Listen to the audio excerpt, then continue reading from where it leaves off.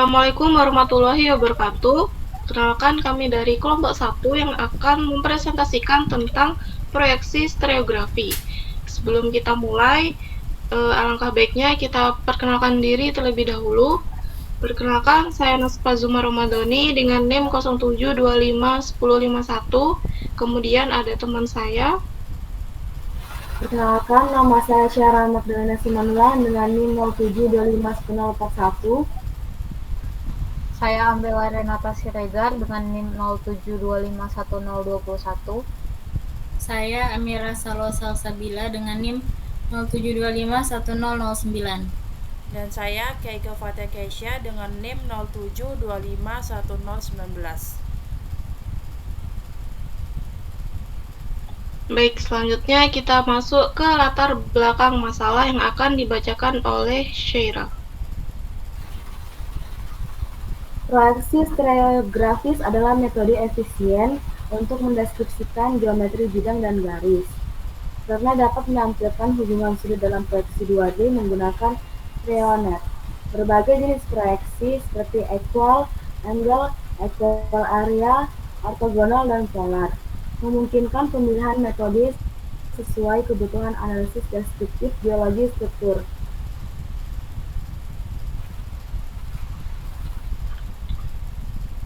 Tujuan pembelajarannya yaitu ada 3, yaitu yang pertama memahami penggunaan Wolf dan Smith-Net untuk analisis deskriptif struktur geologi. Yang kedua adalah mengaplikasikan proyeksi stereografis dalam menganalisis masalah struktur geologi. Yang ketiga adalah menentukan kedudukan dip, pitch, plung, dan kemiringan dengan Smith-Net.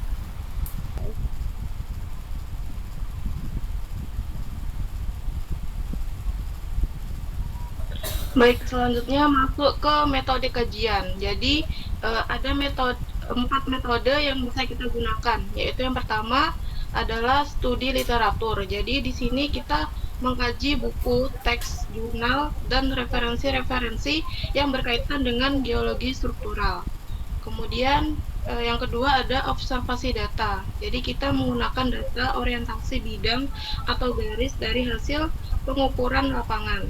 Kemudian yang ketiga ada pratikum atau pelatihan, yaitu kita melakukan proyeksi stereografis dengan stereonet manual maupun menggunakan perangkat lunak. Kemudian yang keempat kita diskusi dan analisis. Jadi kita menginterpretasi hasil proyeksi untuk memahami pola struktur geologi.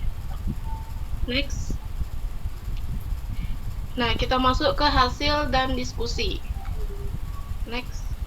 Yang pertama ada pengertian. Jadi, proyeksi stereografis adalah proyeksi titik-titik dari permukaan bola ke bidang ekuatornya.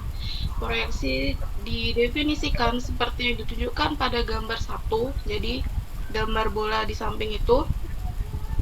Jika titik P, apapun yang terdapat pada permukaan bola terhubung ke kutub S selatan yang di bawah itu, dan garis PS itu memotong di bidang ekuator. Bidang ekuator itu yang di tengah itu, di P aksen, maka P aksen ini adalah proyeksi stereografik dari P. Gitu. Next. Kemudian ada kegunaan yang akan dibacakan oleh Amira. Baik, saya akan menjelaskan kegunaan-kegunaan proyeksi stereografi. Yang pertama, yaitu metode ini berguna dalam mengkonversi data lapangan yang diperoleh dari observasi geologi menjadi data studio atau publikasi yang dapat dipahami dan dianalisis. Kemudian, kegunaan yang kedua dalam proyeksi stereografis memudahkan penggambaran dan analisis struktur yang kompleks, termasuk yang terotasi atau garis berpotongan.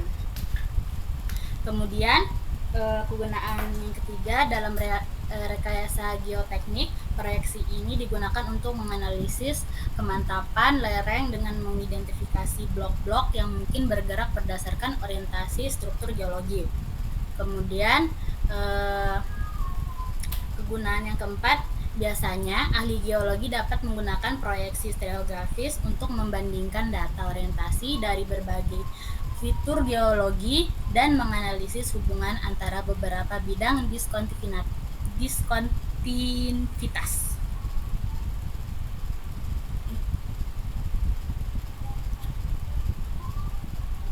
Baik, selanjutnya jenis-jenis yang akan dibacakan oleh Keiko. Oke, baik. Ada jenis-jenis proyeksi stereografi itu terdiri dari 4. Yang pertama ada equal angle projection. Baik, yang selanjutnya itu ada jenis-jenis dari proyeksi stereografis yang terdiri dari 4 jenis. Yang pertama ada equal angle projection, di mana dia proyeksinya berbentuk titik di permukaan bola ke bidang proyeksi pada tutus zenit yang diletaknya pada sumbu vertikal melalui pusat bola di bagian puncak. Nah, hasil penggambaran dari equal angle projection ini sendiri itu berbentuk wavenet. Sedangkan pada bidang proyeksi itu disebut sebagai stereogram.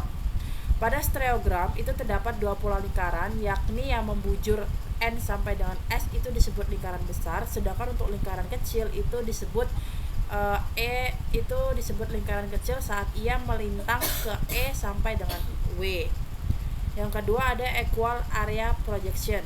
Itu biasanya digunakan dalam analisis data statistik karena kerapatan plottingnya yang menunjukkan suatu keadaan yang sebenarnya. Proyeksi ini biasanya akan menghasilkan jarak titik pada bidang proyeksi yang sama dan sebanding dengan sebenarnya. Hasil dari proyeksi ini juga disebut sebagai Schmidt net. Schmidt adalah metode manual untuk proyeksi Lambert azimut menggunakan kertas grafik. Hasilnya biasanya dalam bentuk belahan lateral bumi dengan grid paralel dan meridian. Biasanya juga digunakan dalam ilmu geofisika. Selanjutnya itu ada orthogonal projection. Dia itu kebalikan dari equal angle projection karena titik-titik pada permukaan bola akan diproyeksikan tegak lurus pada bidang proyeksi. Dan biasanya lingkaran hasil proyeksi ini akan aman dan semakin renggang ke arah pusat. Hasil dari proyeksi ini itu adalah orthographic net. Yang keempat ada polar projection. Nah, hasil dari polar projection ini adalah polar net, baik itu unsurnya dalam bentuk garis ataupun bidang itu yang tergambar dalam sebuah titik. Proyeksi ini juga didapatkan dari equal area projection, sehingga untuk mendapatkan proyeksi bidang dari suatu titik pada polar net harus menggunakan Schmidt net. Stereogram proyeksi kutub dinamakan polar net atau Billings net.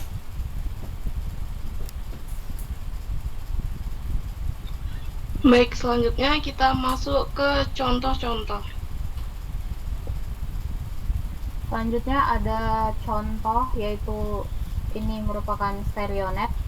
Stereonet adalah alat yang digunakan untuk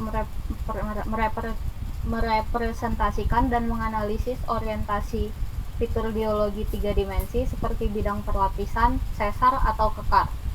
Pada gambar pertama yang ini, stereonet ini mempunyai plane atau bidang yang dimana arah kemiringan atau deep direction-nya adalah angka 45 dan sudut kemiringan atau deep corner-nya adalah angka 30 yang ini. Jadi bidang ini miring sebesar 30 derajat ke arah 45 derajat. Pada gambar pertama ini juga memiliki lineation. Lineation ini memiliki angka 220 yaitu penunjaman atau trend, dan angka 10 adalah penunjaman atau plunge. Jadi lineation ini menunjam sebesar 10 derajat ke arah 220 derajat. Walaupun lineation artinya adalah garis, tapi dalam gambar ini yang merupakan lineation adalah titik merah yang ada di sini. Begitu juga dengan plane yang artinya adalah bidang. Pada gambar ini merupakan garis biru yang ada di sini. Hal ini terjadi karena stereonet adalah hasil proyeksi 2 dimensi dari fitur-fitur 3 dimensi. Selanjutnya, saya akan menampilkan tutorial untuk menggambar plane dan lineation pada stereonet melalui link YouTube berikut.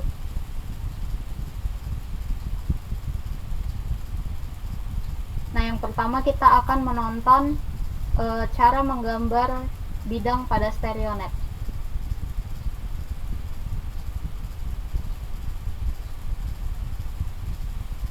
Right, plotting a plane as a great circle.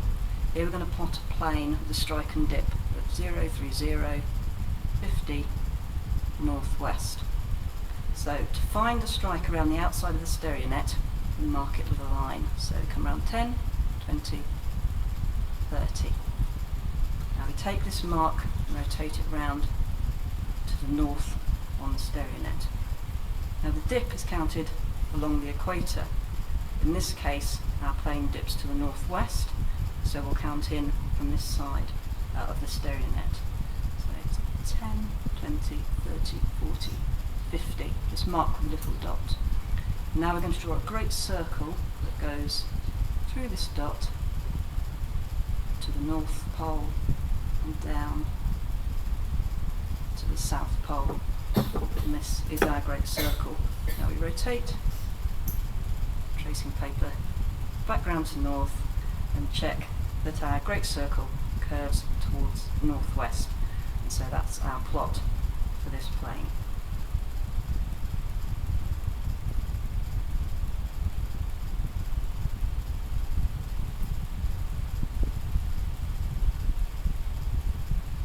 Baik, selanjutnya kita akan menonton cara menggambar lineation.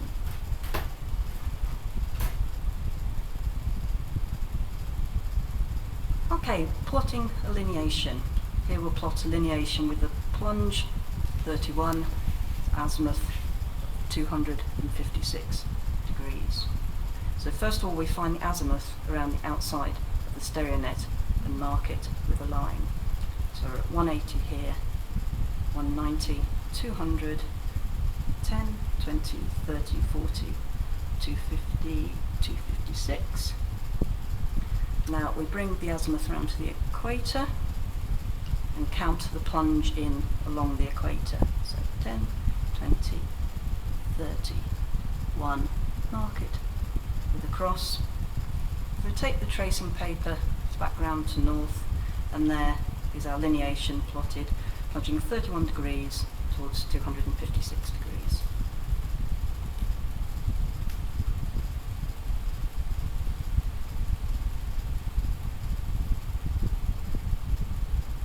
Oke, seperti itu cara menggambar dari lineation dan plane.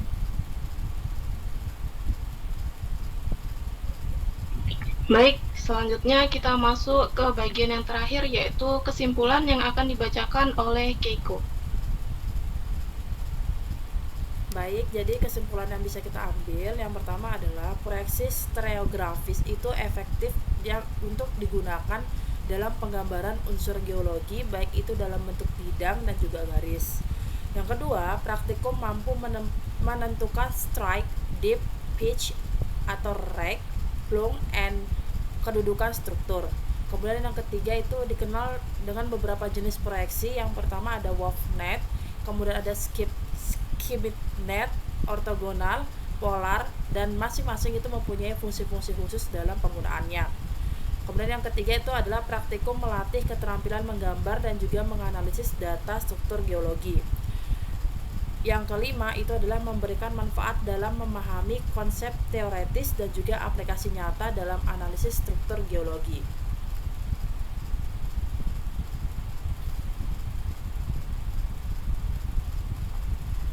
Baik, itu saja presentasi dari kelompok kami. Apabila ada kesalahan kata dan ucapan, kami mohon maaf. Terima kasih dan wassalamualaikum warahmatullahi wabarakatuh.